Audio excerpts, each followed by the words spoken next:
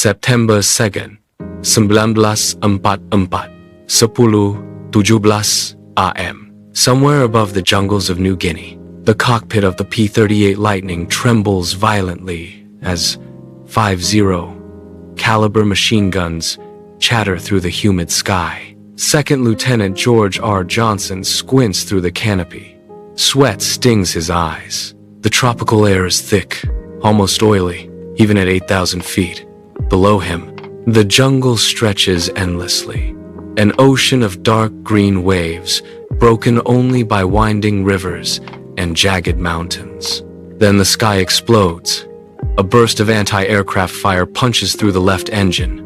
The aircraft jerks hard. Warning lights flare red. Oil pressure collapsing. Damn it! Johnson grabs the control yoke as the twin-engine fighter lurches violently. Smoke begins pouring across the cockpit. Through the haze, he sees another burst of flak rising toward him from the jungle below. The Japanese had been waiting, on the ground, hidden artillery positions belonging to the Imperial Japanese Army, track the silver aircraft like hunters watching a wounded animal. Another explosion. The left propeller shreds apart. Metal fragments rip through the wing. Now, the aircraft is spiraling. Fast. Johnson fights the controls, boots braced against the rudder pedals. Come on, hold together. But the Lightning is dying. Altitude dropping. 6,000 feet. Smoke filling the cockpit. And beneath him, nothing but jungle. No friendly bases. No rescue teams. Just miles of territory crawling with enemy patrols. The survival training the sound was unmistakable. Click. A rifle bolt sliding forward. Second Lieutenant George R. Johnson froze where he crouched beneath a curtain of tangled vines. The jungle seemed to stop breathing. Even the insects paused. Slowly, very slowly, Johnson turned his head. Through the dense leaves behind him, he saw movement. A shadow between the trees, a helmet, and the long dark barrel of a rifle emerging from the foliage. A soldier of the Imperial Japanese Army. The man stepped closer, scanning the jungle floor. His uniform was damp with sweat, rifle held tight against his shoulder. He had seen the parachute. Johnson could feel it. The pilot tightened his grip on the .45 pistol strapped to his chest. The heavy metal felt reassuring, but also terrifying. One shot would echo through the jungle like a cannon, and then every enemy patrol within miles would come running. The soldier took another step forward, 10 feet away now. Johnson's heart hammered so loudly he was certain the man could hear it. A bead of sweat slid down Johnson's temple. Another step. The Japanese soldier suddenly crouched. He had spotted something. Johnson's parachute line. A thin white cord trailing out from beneath the ferns where Johnson had hidden the fabric. The soldier reached down slowly. Then, a sharp scream exploded through the jungle. Not from Johnson, from the soldier. The man jerked violently backward as something struck his leg. He collapsed instantly, dropping the rifle into the mud. The spear didn't move.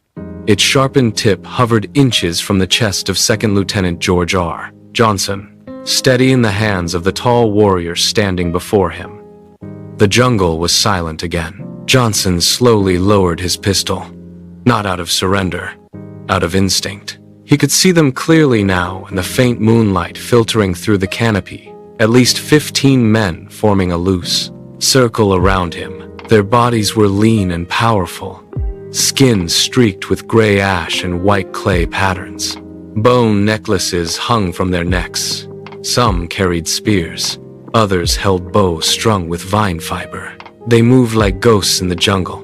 No sound, no wasted motion. These men belonged to one of the many tribes of New Guinea, a land where entire regions had barely been mapped even during World War II.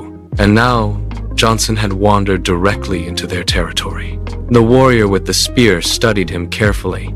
His eyes moved slowly over Johnson's flight suit. The boots, the pistol, the parachute harness still hanging from his shoulders. To them, Johnson must have looked like something that had fallen out of the sky, which, in truth, he had. The warrior spoke again in a low voice. The language was unfamiliar. The words flowing in quick, rhythmic sounds Johnson couldn't understand. Another man stepped forward, older, scars across his chest. He looked at Johnson, then pointed upward toward the sky. Johnson followed the gesture. Then he realized they had seen the crash. Dawn arrived with a wall of sound. The jungle woke violently, thousands of insects screaming in the canopy, birds shrieking overhead, and somewhere far off, the deep rumble of thunder rolling across the mountains of New Guinea. Second Lieutenant George R. Johnson hadn't slept much. He sat beside the dying embers of the village fire, muscles aching, stomach hollow, watching the warriors prepare for the journey. They moved quickly, deliberately.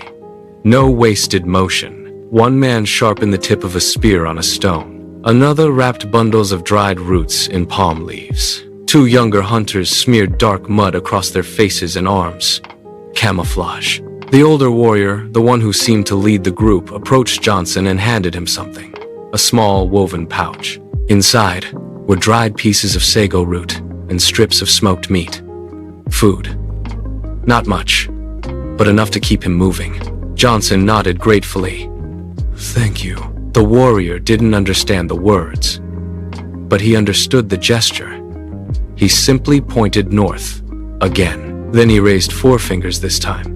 Johnson frowned. 4 days? 4 rivers? Either way, the distance was long. Very long. They left the village just after sunrise. The jungle swallowed them immediately. The warriors moved in single file, slipping through the undergrowth with astonishing silence. Johnson followed carefully, placing his boots exactly where they stepped. Within minutes, the village had disappeared behind them. The valley was quiet. Too quiet. From the ridge above, Second Lieutenant George R. Johnson could see the narrow supply route cutting through the jungle below like a scar in the earth. It wasn't a road in the traditional sense, just a muddy track carved by hundreds of marching boots. And right now, it was crawling with them. Soldiers of the Imperial Japanese Army moved steadily along the trail, some carrying rifles, others hauling crates of ammunition or sacks of rice. A small mule train struggled through the mud behind them. Johnson counted at least 40 men, probably more hidden beneath the trees. Crossing that route would be suicide in daylight. The older warrior beside him studied the movement carefully. Then he looked up at the sky. The sun was already sinking toward the western mountains of New Guinea. Night would come soon, and in the jungle, darkness could hide anything. They waited for hours, not speaking, barely moving. The jungle slowly dimmed as the sun disappeared behind the mountains.